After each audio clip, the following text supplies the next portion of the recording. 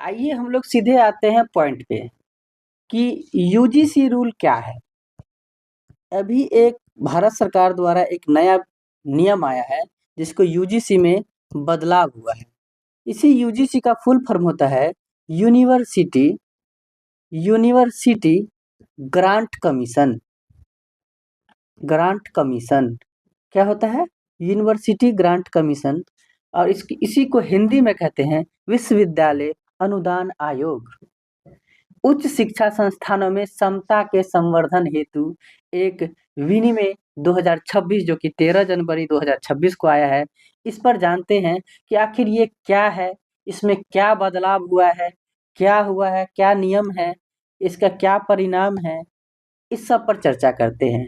आप अभी देख रहे होंगे कि यूट्यूब पे बहुत सारे लोग इस पे वीडियो बना रहे हैं, पर कोई आपको अच्छे से ये पढ़कर नहीं बता रहे हैं कि आखिर असल में है क्या? आखिर असल में ये है क्या? ये जो लेटर है, ये जो जारी हुआ है नियम, ये है क्या? हम लोग डायरेक्ट इस पर चर्चा करते हैं कि आखिर है क्या? निष्कर्ष खुद का ओपिनियन बाद में देंगे, पहले देखते हैं कि आखिर ये नियम क्या है, इसमें क्या बदलाव हुआ है, उस पर जानते हैं। आइए शुरू करते हैं। तो देखिए, भारत राजपत्र ये 13 जनवरी 2026 को शायद आया है, ठीक है?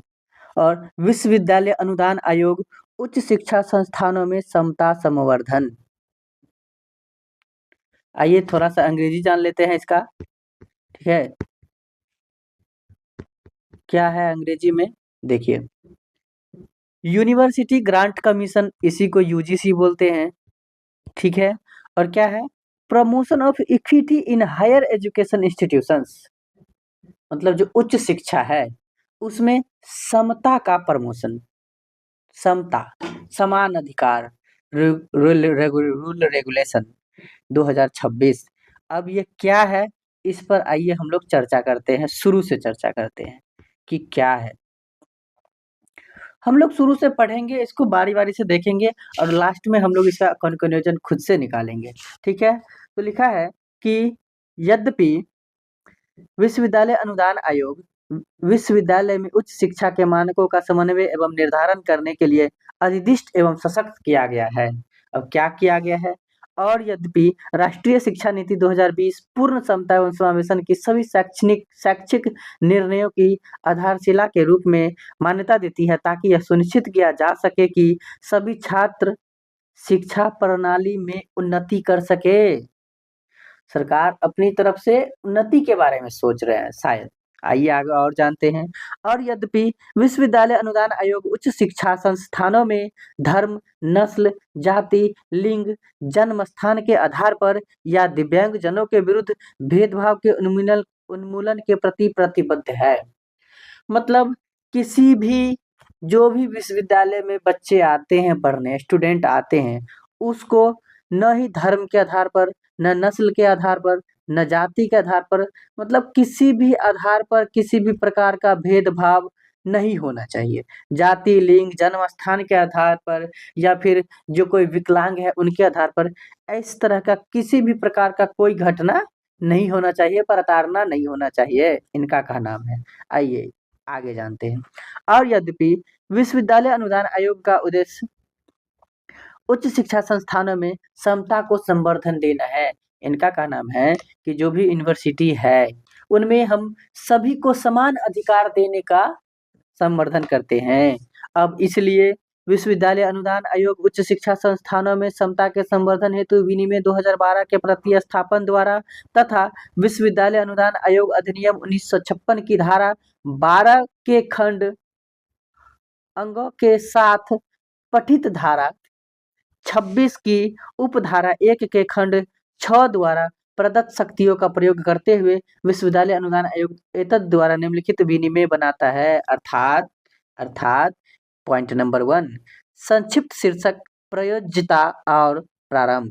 आइए अब इसके बारे में जानते हैं क्या है पॉइंट नंबर 1 में, कि क में है कि इन विनियमों का नाम विश्वविद्यालय अनुदान आयोग उच्च शिक्षा संस्थानों में समानता के संवर्धन हेतु विनियम विनियम 2026 यूआईएन एन 1/2026 होगा। ये भारत के सभी उच्च शिक्षा संस्थानों पर लागू होंगे। इनका क्या नाम है कि ये पूरे भारत में सभी उच्च शिक्षा संस्थानों पर लागू होंगे, मतलब जितने भी यूनिवर्सिटीज है सभी पर लागू होंगे। ये आधिकारिक राजपत्र में प्रकाशन की तिथि से प्रभावी होंगे, मतलब जो डेट दिया गया है उसी दिन से सभी पूरे देश में ये उच्च शिक्षा में लागू हो जाएंगे, जितने भी यूनिवर्सिटी है। आइए अब आगे जानते हैं कि पॉइंट नंबर 2 में क्या है। उद्देश्य: धर्म, नस्ल, जाति, लिंग, जन्म स्थान या दिव्यांगता के आधार पर विशेष रूप से अनुसूचित जाति एवं अनुसूचित जनजाति, सामाजिक एवं शैक्षणिक रूप से पिछड़े वर्गों, आर्थिक रूप से कमजोर वर्गों, दिव्यांगजनों अथवा इनमें से किसी के भी सदस्यों के विरुद्ध भेदभाव का उन्मूलन करना तथा उच्च शिक्षा संस्थानों के हितधारकों के मध्य पूर्ण समता एवं समावेशन को संवर्धन देना है। इनका कहना है कि हमारा उद्देश्य है कि किसी भी उच्च शिक्षा प्राप्त करने वाले विद्यार्थी के साथ, छात्र एवं छात्राओं के साथ किसी भी आधार पर भेदभाव नहीं होना चाहिए।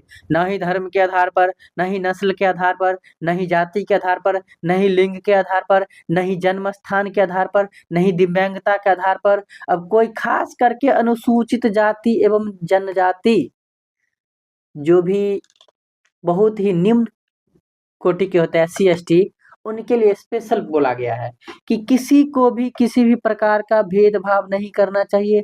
अब कोई व्यक्ति शैक्षणिक रूप से पिछड़े वर्गों में है या आर्थिक रूप से कोई कमजोर है, कोई गरीब है या कोई बहुत पढ़ने में बहुत कमजोर है, तो वैसे लोगों को भी, या कोई दिव्यांग है, किसी भी वर्ग को आपका उनको आप कुछ मतलब प्रताड़ना नहीं कर सकते हैं उसके धर्म के आधार पे, या कमजोर वर्ग है इसलिए उसके आधार पे, किसी भी आधार पर आप उनको प्रताड़ना नहीं कर सकते हैं। इनका उद्देश्य ये है कि जो भी छोटे लोग हैं, गरीब है, या बहुत ज़्यादा पढ़ने में कमज़ोर है, या फिर किसी ऐसा धर्म से है जिनको धर्म के आधार पर उनको जो है ना प्रताड़ना किया जाए, या नस्ल के आधार पर, या जाति के आधार पर, या लिंग के आधार पर, या जन्म स्थान के आधार पर, या दिव्यांगता के आधार पर, किसी भी आधार पर, खास करके अनुसूचित जाति एवं अनुसूचित जनजाति, सामाजिक एवं शैक्षणिक रूप से पिछड़े वर्गों, किसी को भी आप कुछ नहीं कह सकते हैं। इनका उद्देश्य ये है कि अगर कोई ऐसा काम करता है, इन लोगों के इस आधार पर, इनमें से किसी भी आधार पर अगर कोई कुछ करता है तो हम उसके विरुद्ध कार्रवाई करेंगे। चलिए आगे बढ़ते हैं। पॉइंट नंबर 3 में क्या कह रहा है। इस विनियमों में जब तक कि संदर्भ से अन्यथा अपेक्षित न हो। अब क्या है, आइए जानते हैं। क में है कि अधिनियम का अर्थ विश्वविद्यालय अनुदान आयोग अधिनियम 1956 का 3 है। पीड़ित व्यक्ति का अर्थ ऐसे व्यक्ति से है जिसके पास इन विनियमों के अंतर्गत शिकायतों से संबंधित या जुड़े मामले में कोई शिकायत है। अगर कोई व्यक्ति ऐसा शिकायत करता है तो वो इसके अंतर्गत आएंगे, पीड़ित व्यक्ति के अंतर्गत आएंगे। जाति आधारित भेदभाव का अर्थ अनुसूचित जातियों, अनुसूचित जनजाति एवं अन्य पिछड़े वर्गों के सदस्यों के विरुद्ध केवल जाति या जनजाति के आधार पर भेदभाव। अगर इस आधार पर कोई भेदभाव करता है तो वो भी पीड़ित व्यक्ति के सूची में आएंगे। आयोग का अर्थ विश्वविद्यालय अनुदान आयोग अधिनियम 1956 के तहत स्थापित विश्वविद्यालय अनुदान आयोग है। मतलब उनका भी का नाम है कि हमारा यही है। भेदभाव, आइए, भेदभाव का अर्थ धर्म, नस्ल, जाति, लिंग, जन्म स्थान, दिव्यांगता या इनमें से किसी एक के आधार पर किसी भी हितधारक के विरुद्ध कोई भी अनुचित भेदभावपूर्ण या पक्षपातपूर्ण व्यवहार या ऐसा कोई कार्य, चाहे वह स्पष्ट हो या अंतर्निहित हो, इनमें ऐसा कोई भी विभेद, बहिष्करण, प्रतिबंध या पक्षपात भी शामिल है जिसका उद्देश्य या प्रभाव शिक्षा में समान व्यवहार को निष्प्रभावी या अक्षम करना है, और विशेष रूप से किसी भी हितधारक या हितधारकों के विरुद्ध के समूह पर ऐसी शर्तें लगाना है जो मानवीय गरिमा के प्रतिकूल हो।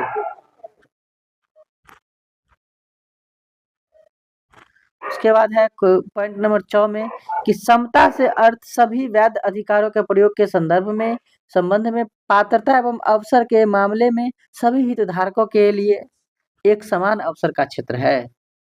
समता का अर्थ क्या है कि सभी वैध अधिकारों के प्रयोग के संबंध में पात्रता एवं अवसर के मामले में सभी हितधारकों के लिए एक समान अवसर का क्षेत्र है।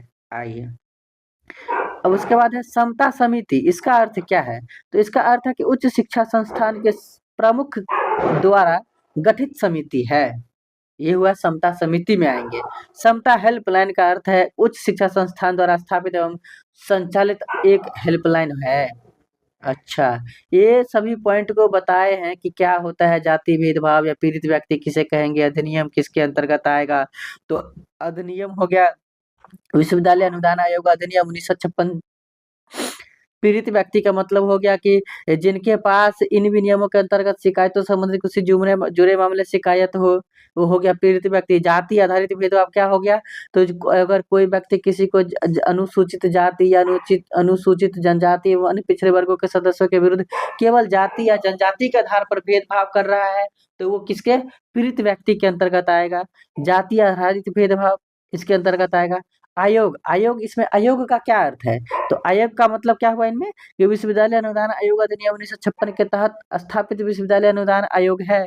यही क्या है? आयोग है। अब आइए भेदभाव। अब भेदभाव का क्या अर्थ है? भेदभाव तो बहुत प्रकार का होता है ना। तो इस नियम के अनुसार भेदभाव का क्या अर्थ है यूजीसी के संबंध में? यूजीसी के संबंध में है कि भेदभाव का अर्थ धर्म, नस्ल, जाति, लिंग, जन्म स्थान, दिव्यांगता या इनमें से किसी एक के आधार पर किसी भी हितधारक के विरुद्ध कोई भी अनुचित भेदभावपूर्ण या पक्षपातपूर्ण व्यवहार हो या कोई ऐसा कार्य चाहे वह स्पष्ट हो या अंतर्निहित हो, इनमें से ऐसा कोई भी विभेद, बहिष्करण, प्रतिबंध या पक्षपात की शामिल हो, मतलब इस टाइप का है जो भी है भेदभाव के अंतर्गत आएगा किसी भी प्रकार के अगर कोई करता है तो। समता क्या है? तो समता से अर्थ है कि सभी वैध अधिकारों के प्रयोग के संबंध में पात्रता एवं अवसर के मामले में सभी हितधारकों के एक समान अवसर का क्षेत्र है। आइए उसके बाद समता समिति का अर्थ क्या है? तो उच्च शिक्षा संस्थान के प्रमुख द्वारा गठित समिति है। आइए उसका समता हेल्पलाइन एक नंबर जारी कर दिया जाएगा। चलिए अब आइए आगे का पॉइंट में जानते हैं।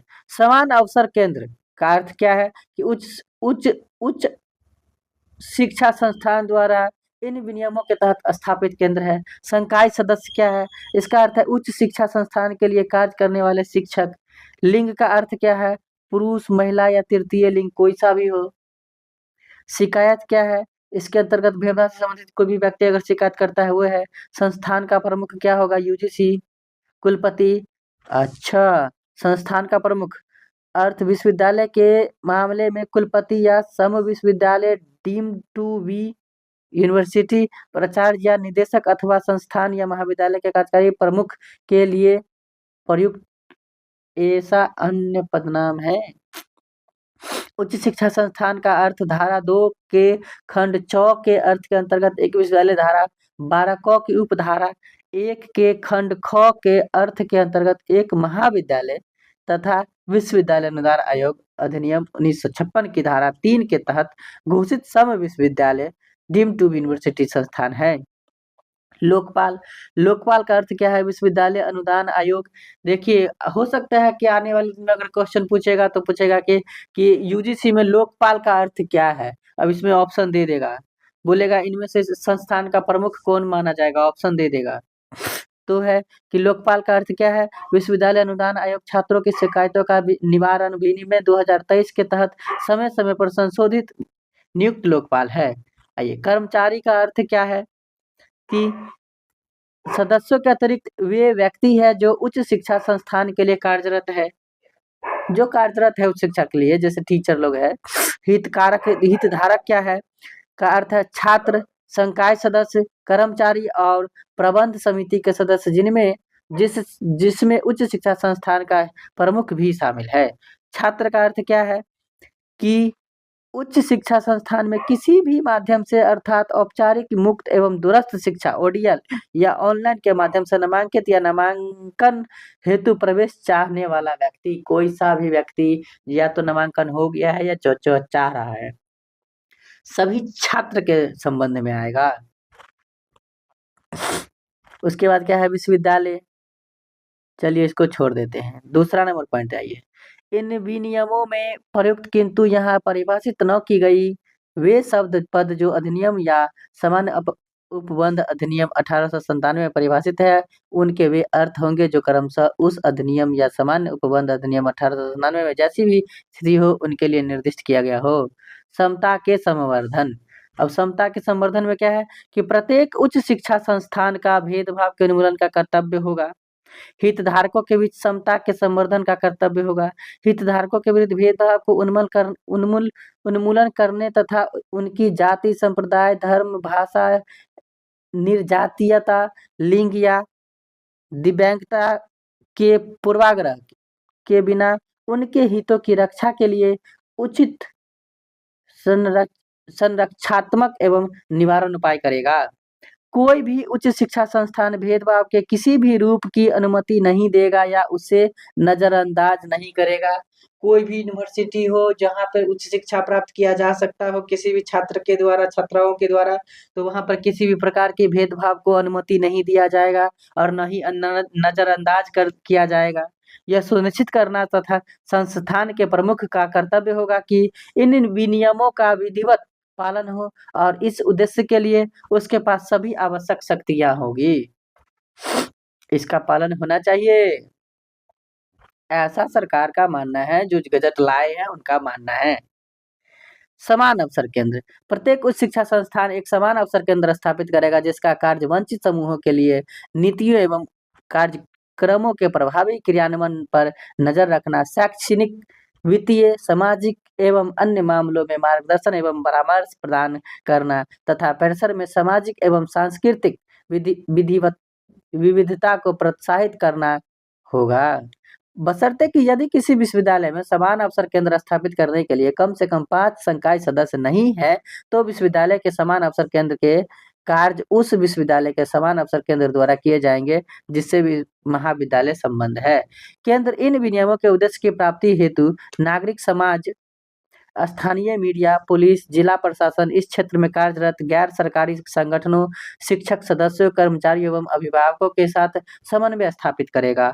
समान अवसर केंद्र इन विनियमों के उद्देश्य की प्राप्ति हेतु समान रूप से तथा योग्य मामलों में कानूनी सहायता प्रदान करने के लिए संबंधित जिला विधिक सेवा प्राधिकरण एवं राज्य विधिक सेवा प्राधिकरण के साथ समन्वय करेगा। पॉइंट नंबर 4 है कि उच्च शिक्षा संस्थान की कार्यकारी परिषद या सारी निकाय, शासी निकाय या प्रबंध समिति जैसी भी स्थिति हो, केंद्र के समन्वयक के रूप में एक स्थानीय प्रोफेसर या एक विशिष्ट संकाय सदस्य का नाम निर्देशन करेगी जिसकी वंचित सामाजिक समूहों के कल्याण में स्वाभाविक रुचि हो।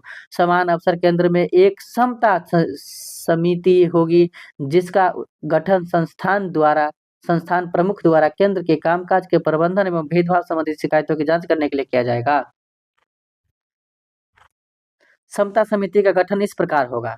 अब बोल रहे समता समिति का गठन किस प्रकार होगा, तो संस्थान प्रमुख पदेन अध्यक्ष होंगे। उच्च शिक्षा संस्थान के 3 प्रोफेसर वरिष्ठ संकाय सदस्य के रूप में, उच्च शिक्षा संस्थान का एक कर्मचारी शिक्षक के अतिरिक्त सदस्य के रूप में, व्यावसायिक अनुभव रखने वाले नागरिक समाज के 2 प्रतिनिधि सदस्य के रूप में, 2 छात्र प्रतिनिधि जिनका नामांकन शैक्षणिक योग्यता या खेलों या उत्कृष्टता सह पाठ्यक्रम गतिविधियों में प्रदर्शन के आधार पर किया जाएगा, विशेष आमंत्रित के रूप में। समान अवसर केंद्र का समन्वयक पदेन सदस्य सचिव के रूप में कार्य करेगा। समिति में अन्य पिछड़ा वर्ग, दिव्यांगजन, अनुसूचित जाति, अनुसूचित जनजाति और महिलाएं का प्रतिनिधित्व होना चाहिए। सदस्यों का कार्यकाल 2 वर्ष का होगा और विशेष आमंत्रितों का कार्यकाल 1 वर्ष का होगा। समिति की वर्ष में कम से कम 2 बार बैठक होगी। इस समिति की 1 वर्ष में कम से कम 2 बार बैठक होगी और बैठक के लिए गण पूर्ति कोरम जिसमें अध्यक्ष शामिल होंगे किंतु विशेष आमंत्रितों को छोड़कर 4 की होगी। समिति अपनी अर्धवार्षिक बैठकों में पिछले 6 महीनों में प्राप्त मामलों पर की गई कार्रवाई की समीक्षा करेगी जिसमें उसके द्वारा अन्य समितियों को भेजे गए मामले भी शामिल होंगे जो यूजीसी के किसी अन्य विनियमों का या वर्तमान में लागू किसी अन्य कानून के तहत गठित की गई हो। समान अवसर केंद्र के निम्नलिखित कार्य होंगे। अब इनके कार्य क्या होंगे, अब उस पर आइए चर्चा करते हैं। पूरा चर्चा करेंगे हम लोग।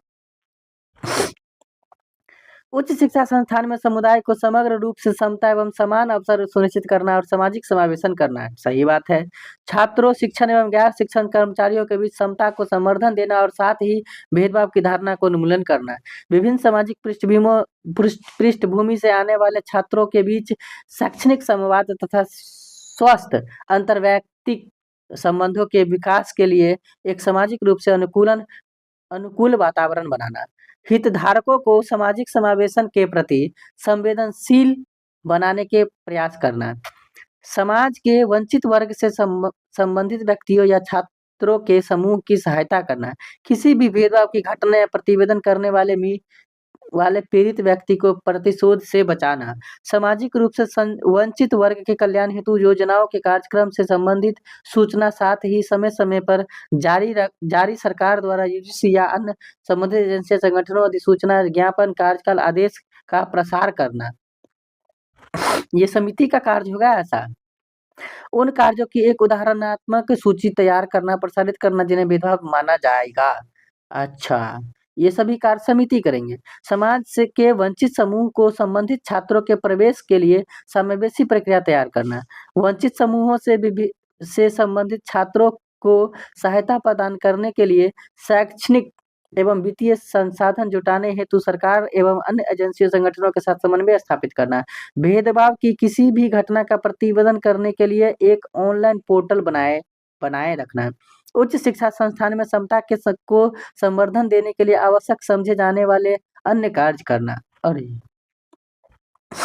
प्रत्येक उच्च शिक्षा संस्थान निगरानी रखने तथा परिसर में किसी भी भेदभाव को रोकने के लिए आवश्यक समझे गए प्रतिनिधित्व के साथ एक छोटी इकाई भी गठित करेगा, जिसे समता समूह, इक्विटी स्क्वाड कहा जाएगा। उच्च शिक्षा संस्थान आवश्यक संस्था में समता समूह, इक्विटी स्क्वाड गठित कर सकता है और ऐसे समूह स्क्वाड गतिशील होंगे तथा संवेदनशील स्थानों पर नियमित रूप से निरीक्षण करेंगे। समता समूह, इक्विटी स्क्वाड अपना प्रतिवेदन समान अवसर केंद्र के समन्वय को प्रस्तुत करेंगे। प्रत्येक उच्च शिक्षा संस्थान अपनी प्रत्येक इकाई, विभाग, संकाय, स्कूल, छात्रावास, पुस्तकालय या सुविधा में कम से कम एक हितधारक को समता दूत, इक्विटी एम्बेसडर के रूप में कार्य करने हेतु नामित करेगा। समता दूत, इक्विटी एम्बेसडर के रूप में नामित हितधारक परिसर में समता के प्रतीक के रूप में कार्य करेंगे और समान अवसर केंद्र के समन्वय के संपर्क में रहेंगे। समता दूत, इक्विटी एम्बेसडर अपनी इकाई में समान अवसर केंद्र द्वारा नियोजित कार्यक्रम या गतिविधियों के क्रियान्वयन के लिए नोडल अधिकारी के रूप में कार्य करेगा और किसी भी समता उल्लंघन की सूचना बिना देरी से करेगा। समान अवसर केंद्र प्रत्येक वर्ष जनवरी और जुलाई के अंत तक अपनी गतिविधियों की एक अर्धवार्षिक प्रतिवेदन प्रकाशित करेगा और यह प्रतिवेदन उच्च शिक्षा संस्थान की वेबसाइट पर उपलब्ध कराई जाएगी। प्रतिवेदन में छात्रों एवं कर्मचारियों की जनसांख्यिकीय संरचना, पिछले शैक्षणिक वर्ष के छात्रों की ड्रॉप आउट दर, इन विनियमों के तहत प्राप्त शिकायतें, अभियोग और उनकी वर्तमान स्थिति शामिल होगी। समता हेल्पलाइन का भी एक नंबर जारी होगा। समता संवर्धन के उपाय। उच्च शिक्षा संस्थान समता के संवर्धन हेतु निम्नलिखित उपाय करेंगे। उच्च शिक्षा संस्थान यह सुनिश्चित करेंगे कि प्रवेश या प्रवेश नवीकरण के समय सभी छात्र तथा सभी संकाय सदस्य कर्मचारी एक घोषणा पत्र प्रस्तुत करें कि वे समता को संवर्धन देंगे और भेदभाव के किसी भी रूप में संलिप्त नहीं होंगे। इन विनियमों एवं समता हेल्पलाइन की जानकारी उच्च शिक्षा संस्थान की वेबसाइटों पर प्रमुखता से उपलब्ध कराई जाएगी। प्रत्येक शैक्षणिक सत्र के प्रारंभ से पूर्व संस्थान द्वारा प्रमुख विभिन्न कार्यकर्ताओं जैसे छात्रावास वार्डन, छात्र अभिभावक, संरक्षण, संकाय कर्मचारी, जिला प्रशासन, पुलिस की बैठक आयोजित करेंगे और उसमें संबोधित करेंगे जो अभिविन्यास कार्यक्रम का हिस्सा होगा, ताकि हितधारकों के बीच समता बढ़ाने के उपायों पर चर्चा की जा सके और इन विनियमों के बारे में जागरूकता पैदा की जा सके। बैठक का एक वीडियो उच्च शिक्षा संस्थानों की वेबसाइट पर उपलब्ध कराया जाएगा। उच्च शिक्षा संस्थान यह सुनिश्चित करेंगे कि छात्रावासों, कक्षाओं, मेंटरशिप समूहों या किसी भी अन्य शैक्षणिक उद्देश्यों के लिए कोई भी चयन अलगाव या आवंटन पारदर्शी, निष्पक्ष और गैर भेदभावपूर्ण हो। क्षमता को संवर्धन देने के लिए उच्च शिक्षा संस्थान परिसर में उपयुक्त संस्थानों पर पोस्टर प्रमुखता से प्रदर्शित करेंगे और कार्यशालाएं, कार्यक्रम आदि आयोजित करेंगे। उच्च शिक्षा संस्थान छात्रों, संकाय सदस्यों और कर्मचारियों के परामर्श हेतु व्यावसायिक परामर्शदाताओं की सेवाएं लेंगे या सहायता प्राप्त करेंगे। उच्च शिक्षा संस्थान समता को संवर्धन देने के लिए यूजीसी द्वारा समय-समय पर जारी विभिन्न दिशा निर्देशों जैसे उच्च शिक्षा संस्थानों में सामाजिक आर्थिक रूप से वंचित समूहों के लिए समान अवसर प्रदान करने के दिशा निर्देश आदि को लागू करेंगे। किसी भी भेदभाव की घटना को के पीड़ित या गवाह, चाहे वह छात्र, संकाय सदस्य या कर्मचारी ही क्यों न हो, ऐसी घटनाओं का प्रतिवेदन करने के लिए प्रोत्साहित किए जाएंगे और सूचनाकर्ता द्वारा अनुरोध किए जाने पर उनकी पहचान संरक्षित रखी जाएगी तथा उन्हें प्रतिशोध या उत्पीड़न के विरुद्ध आवश्यक सुरक्षा प्रदान की जाएगी। भेदभाव की घटना के मामले में प्रक्रिया न कोई भी पीड़ित व्यक्ति किसी भी भेदभाव की घटना की सूचना ऑनलाइन पोर्टल पर लिखित रूप से या समान अवसर केंद्र के समन्वयक को ईमेल भेजकर दे सकता है। पीड़ित व्यक्ति की पहचान अनुरोध किए जाने पर गोपनीय रखी जाएगी। पीड़ित व्यक्ति के पास घटना की सूचना समता हेल्पलाइन पर देने पर भी विकल्प होगा। समता समिति ऐसी सूचना प्राप्त होने पर उचित कार्रवाई करने के लिए 24 घंटे के भीतर बैठक करेगी। समता समिति तत्पश्चात 15 कार्य दिवसों के भीतर अपना प्रतिवेदन संस्थान के प्रमुख को प्रस्तुत करेगी। समता समिति से प्रतिवेदन प्राप्त होने पर संस्थान का प्रमुख उच्च संस्थान शिक्षा संस्थानों के नियमों के अनुसार 7 कार्य दिवसों के भीतर आगे की कार्यवाही शुरू करेगी। यदि संस्थान के प्रमुख के विरुद्ध कोई शिकायत की जाती है तो समता समिति की बैठक की अध्यक्षता समान अवसर केंद्र के समन्वयक द्वारा की जाएगी। अपील। अब अपील क्या है? समता समिति के प्रतिवेदन से असंतुष्ट व्यक्ति उस प्रतिवेदन को प्राप्ति की तिथि से 30 दिनों के भीतर लोकपाल के समक्ष अपील कर सकता है। लोकपाल किसी अपील की सुनवाई सुविधाजनक बनाने के लिए एक एमिकस क्यूरी न्याय मित्र नियुक्त कर सकता है। लोकपाल द्वारा नियुक्त एमिकस क्यूरी न्याय मित्र को उच्च शिक्षा संस्थान द्वारा उचित शुल्क का भुगतान किया जाएगा। लोकपाल विश्वविद्यालय अनुदान आयोग विनियम 2023 जैसे समय-समय पर संशोधित के अनुसार 30 दिनों की अवधि के भीतर अपील का निपटान करने के लिए सभी प्रयास किया जाएगा। निगरानी। यूजीसी इन विनियमों के उद्देश्य की प्राप्ति में की गई प्रगति की समीक्षा के लिए एक निगरानी तंत्र स्थापित करेगा।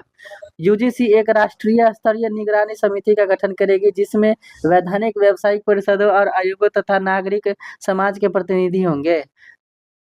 प्रत्येक उच्च शिक्षा संस्थान समान अवसर केंद्र के कार्यकरण के संबंध में एक वार्षिक प्रतिवेदन समीक्षा के प्रयोजनार्थ प्रत्येक वर्ष जनवरी माह के अंत तक विश्वविद्यालय अनुदान संबंधित व्यावसायिक परिषदों तथा अथवा आयोगों, संबंधित राज्यों, उच्च शिक्षा विभाग अथवा निदेशालय तथा संबद्ध विश्वविद्यालय को प्रस्तुत करेगा। अनुपालन करने का परिणाम। अब आइए परिणाम जानते हैं। यदि कोई उच्च शिक्षा संस्थान इन विनियमों के किसी भी प्रावधान या अनुपालन नहीं करता है तो आयोग अनुपालन न करने की जांच के लिए एक जांच समिति गठित करेगा। यदि आयोग द्वारा गठित जांच समिति द्वारा अनुपालन न करना सिद्ध हो जाता है तो उच्च शिक्षा संस्थान पर निम्नलिखित कार्रवाई की जाएगी। यूजीसी योजनाओं में भाग लेने से वंचित किया जाएगा। उपाधि या डिग्री कार्यक्रम चलाने से वंचित किया जाएगा। मुफ्त एवं दूरस्थ शिक्षा और ऑनलाइन माध्यम से कार्यक्रम संचालित करने से वंचित किया जाएगा। यूजीसी अधिनियम 1956 की धारा 2, 4 और 12 बी के तहत रखी गई उच्च शिक्षा संस्थानों की सूची से हटा दिया जाएगा।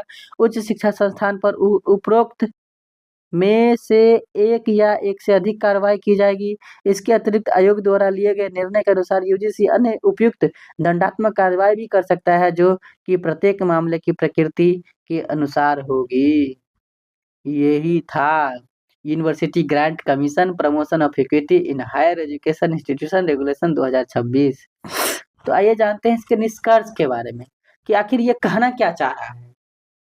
इसका निष्कर्ष यही है कि अगर कोई भी व्यक्ति कोई भी स्टूडेंट यूनिवर्सिटी में जहाँ पर उच्च शिक्षा ग्रहण किया जा रहा हो, वहाँ पर अगर कोई किसी भी को भी किसी भी आधार पर, या चाहे वो धर्म के आधार पर हो, जाति के आधार पर हो, लिंग के आधार पर हो, आर्थिक रूप से पिछड़ा हो, चाहे सामाजिक रूप से पिछड़ा हो, या पढ़ने में कमज़ोर हो, किसी भी, या दिव्यांगजन हो, किसी भी आधार पर अगर कोई किसी को प्रताड़ित करता है, तो इनके खिलाफ कार्रवाई होगी।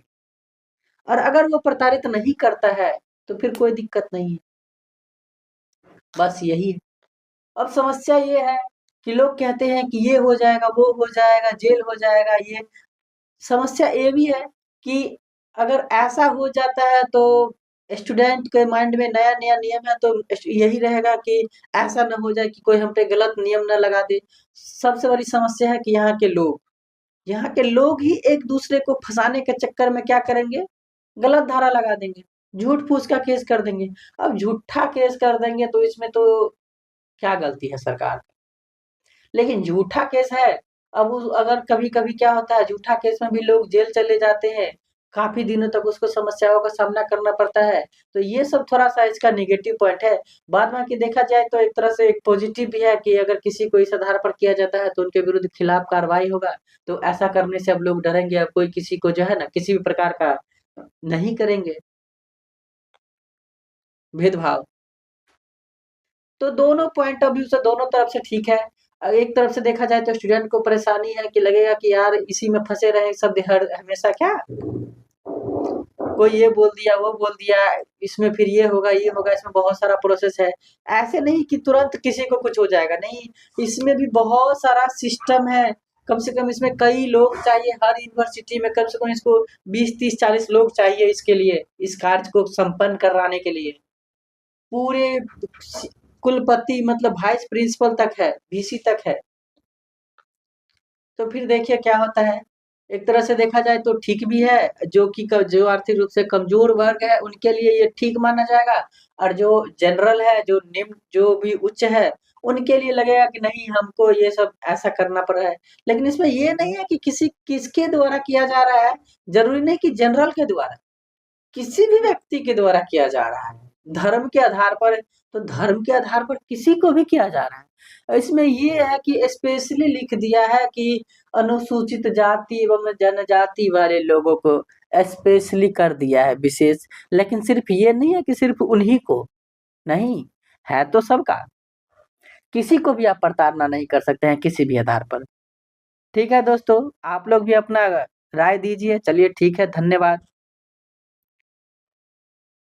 अच्छा लगे तो कमेंट कीजिए।